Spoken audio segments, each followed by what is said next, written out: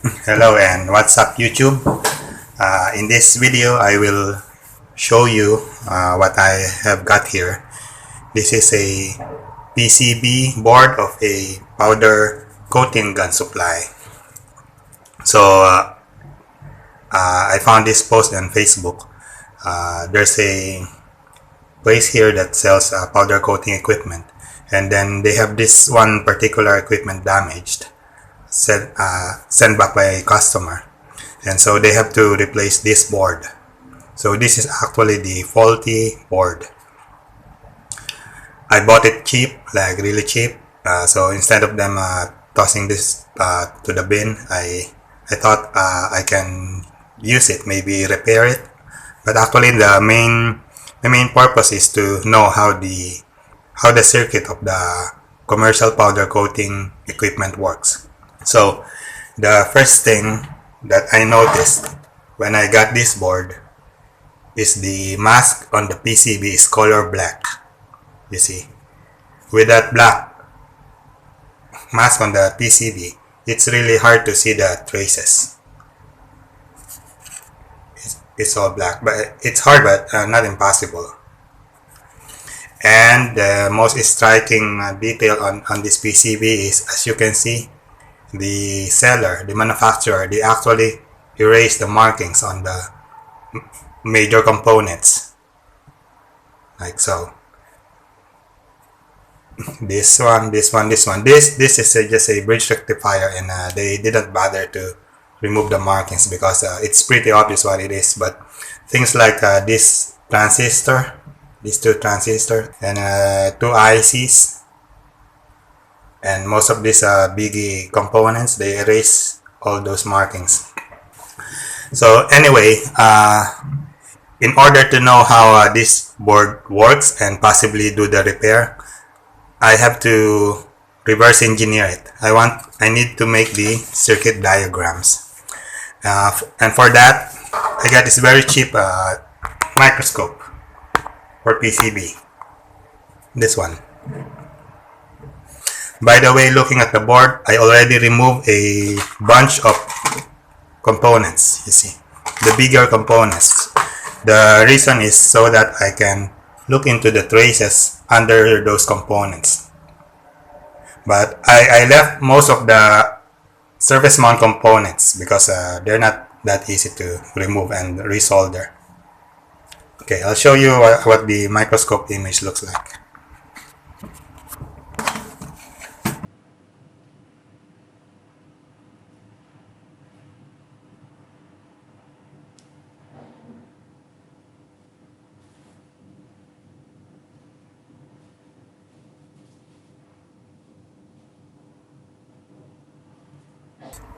Okay, now I'm almost done trying to figure out the circuit diagram of this board. The next is I will have to solder all those components back that I took out. Then I'll do some tests. Then hopefully I can figure out what's wrong with this board.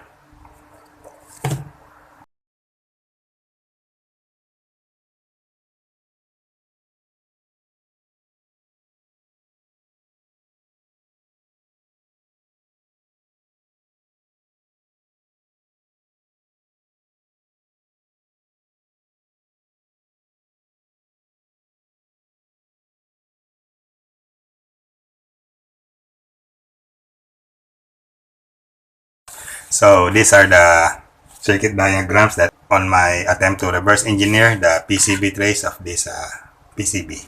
So first, these are the information I was able to get from the eBay listing, and then I was able to get information of the connectors, what they're for, and most importantly, this main board, like what those terminals connects to. So what I basically do is I start from the terminals, from the terminal end, and then I trace those traces, and then at each node, and then at what component they connect. And then, for example, I got all that part that they erased the part number, I draw it as you can see on the actual component, then I put the leads. This example, this IC with the 5 pins, this IC. So because it's a mystery component at the moment, so I just draw it as is. So same with something like a 3-pin component, I draw it as is. Then later I will try to find out the pinouts and what it really is. So this is the rough draft of the schematic I was able to come up with from this PCB, and from that I draw the schematic per block, per functional block. The first functional block of the circuit is this 18-volt supply, because as we learned from the information available, the main power source of this PCB is an 18 volts coming from the transformer, and that goes to this rectifier, bridge rectifier diode, and then this big capacitor. So this is the basic circuit diagram of that block, full wave bridge rectifier, and that forms the 18-volt supply going to other functional blocks of the circuit. The next functional block of the circuit is a 5 volts linear regulator supply. I just say it's 5 volts, but it's not actually nearly 5 volts. It's just nearly 5 volts. So that is this IC over here, which have 3 pins. Since I'm familiar with these linear regulators, it's just easy to figure out what it is. So even if they erase the part number, just looking on the pins and where do pins connects to, it's a very common IC. It's very easy to identify. So it is a adjustable linear regulator. So the output voltage is dependent on these 2 resistors, and then there's a formula given to determine the output voltages. Based on the value of these resistors, I can compute the output voltage to somewhere about 4.8 volts. But that is something we can verify later when we put power on the actual PCB. But anyway, since I was able to redraw the circuit diagram, we can easily test the circuit, this block, whether it's working or not. By the way, so this IC is an LM317. Other manufacturers, for example, like the Analog Devices, they have their own version, but they work basically the same. And then this circuit for this linear regulator is exactly as you can find on the data sheet right here. They incorporated this diode and this capacitor for noise reduction and for protection only of the circuit, but otherwise the output voltage is computed based on the value of these resistors, these 2 resistors. The next functional block from this PCB is the relay driver. So this is the relay. It is used to switch on the solenoid valve for the air supply of the powder coating gun. So I found out that it is just a very basic and very common transistor switch. It's an NPN transistor used to switch on the load, connected it to its collector. So the relay itself, it had a diode across, connected reverse bias for back EMF protection. And then there is an LED with current limiting resistor connected in parallel to that relay to indicate when the relay is on. So this LED is this LED right here. Again, later we can verify if this block is working. We can visibly see if this LED is turning on, and of course we can hear if the relay is clicking on. So just this circuit over here. If I cover that side, this is a simple resistor network to bias the to provide bias voltage to the transistor to turn it on. But the interesting part is the voltage used to turn on this transistor is coming from terminal 7. Terminal 7 is the terminal providing power to the step-up transformer of the high voltage cascade.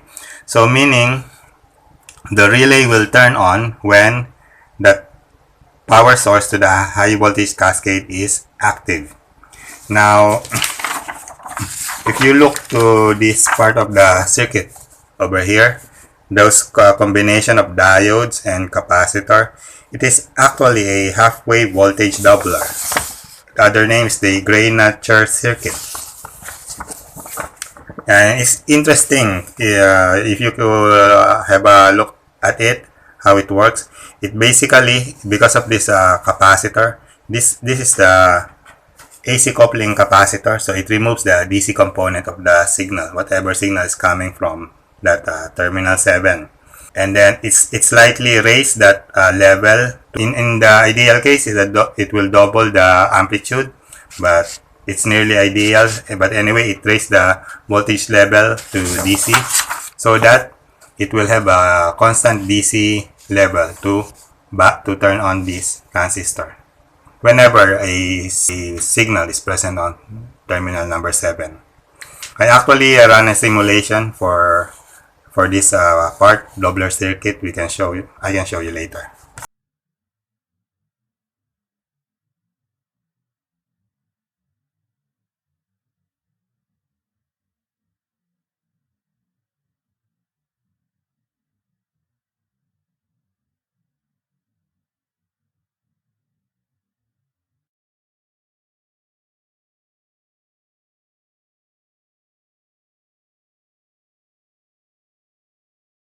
Now this is the heart of the powder coating gun mainboard circuit.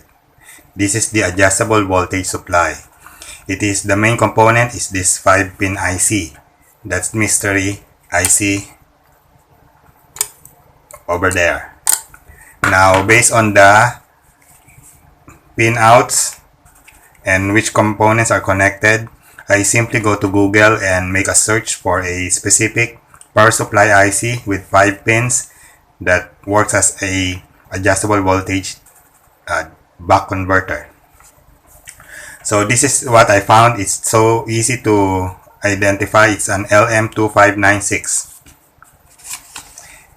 It's a takeaway that it is one of the pin is connected to an inductor, a diode, and a capacitor. So this is the inductor, this is the diode, and then this is the capacitor, connected in close proximity to each other and on the output pin of this IC. Now, looking at the datasheet for this IC, for the LM2596, this circuit, this standard circuit configuration is exactly as what I found on the powder coating PCB board. Now, if you look at this circuit, if I cover this part initially, there are two resistors forming a voltage divider connected to the output and to the feedback pin and then to the ground. These two resistors in series forms the R2, and this trimmer resistor forms the R1 given on the datasheet. We found this formula from where we can compute the voltage output. So voltage output is dependent on the resistance value of these two resistor networks.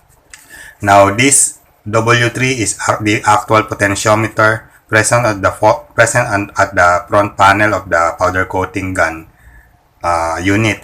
That is what the user turn to adjust the kV, output voltage, kV of the gun. So what it does is it simply change the output voltage of this circuit.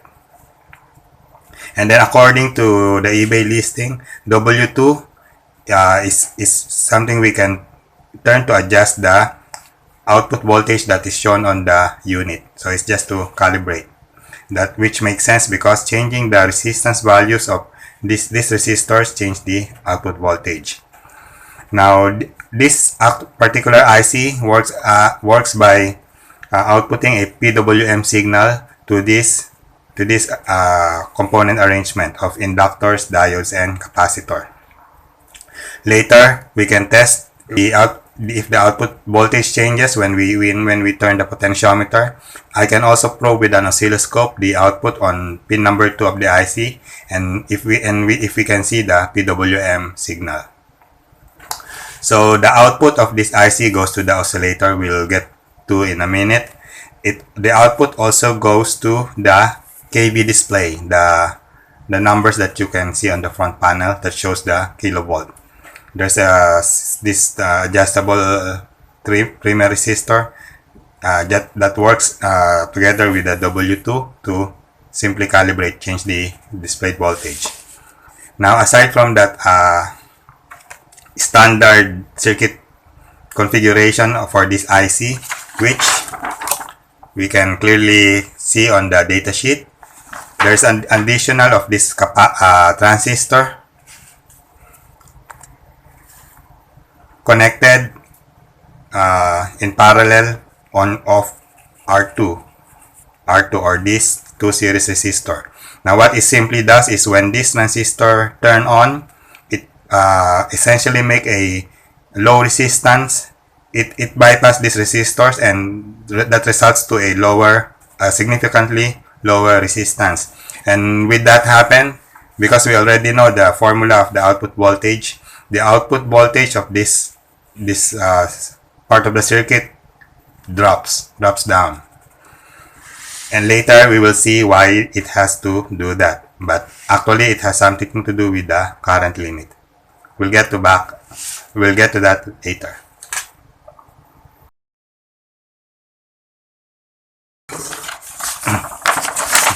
So moving on, the main reason to have this adjustable voltage supply is to, of course, power an oscillator. And the oscillator circuit is given on this rather simple circuit. So on this particular board, I can tell you now, because I already test this before I shoot this video, that this part is the faulty circuit on this board. But anyway, there are 3 transistors on this oscillator. Luckily, 2 of those transistors, these 2, they did not erase the part number. So I immediately determine based on this part number that is a PNP transistor, and then the pin outs. And from that, one of these is directly connected to this another transistor. Of course, we know it's a transistor because the silk screen says it's Q3. So those 2 transistors with pin directly connected to each other, it forms a Darlington transistor pair, so that it can pass a higher current on the bigger transistor. And that's why this bigger transistor had a heat sink. I simulate this circuit in LT-Spice, and I found out that it only works with an inductor load. So if we change the load to a resistor, this oscillator circuit does not work. And on the powder coating gun, the trigger switch is what disconnect this part, the ground, to that inductor. This inductor is the step-up transformer on the high voltage cascade. I'll show you some simulation later in LT-Spice.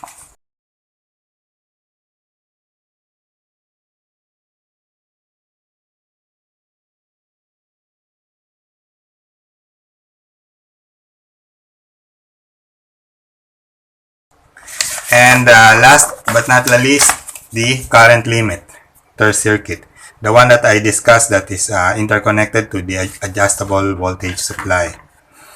So it is the reason why there is the 5 volts.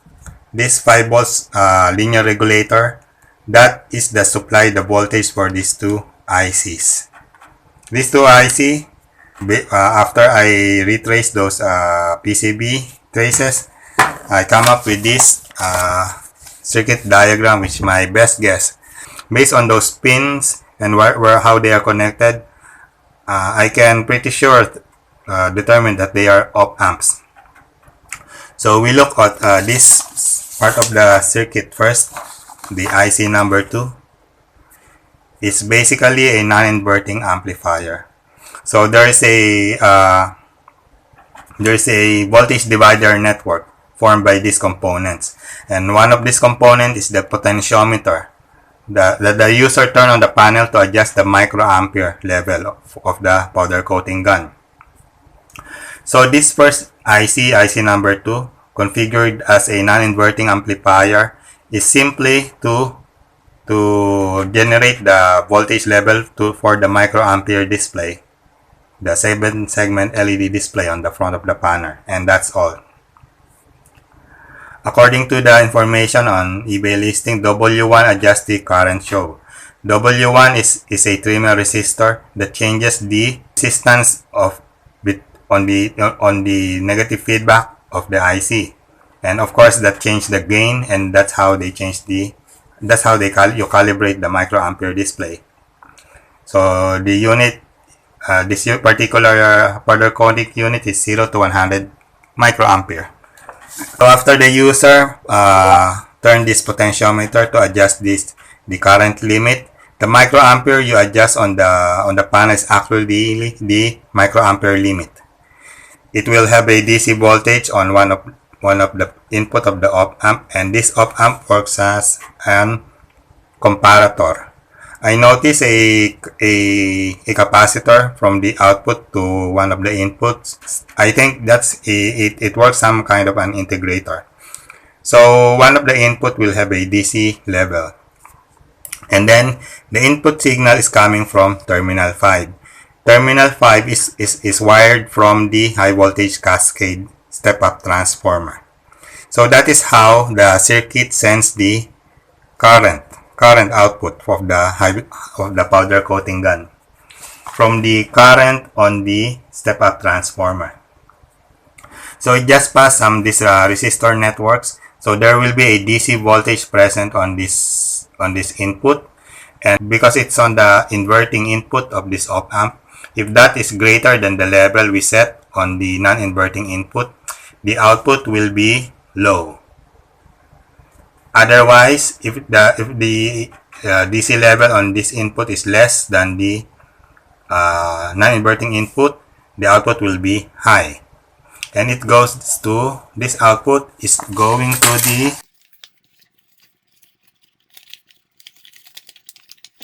adjustable voltage supply. That signal is the one that turn on or off this transistor, as we already explained earlier. So the current limit circuit is the one that is not present on my homemade powder coating gun. Now I draw this block diagram to summarize how this board works, the main board of the powder coating unit works.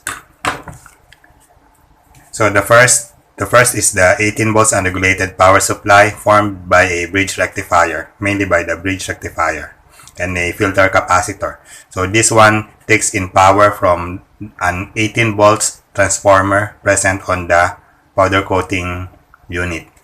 This 18 volts unregulated supply provides the supply voltage to these 3 blocks: the adjustable voltage supply, the 5 volts supply block, and then the relay driver block.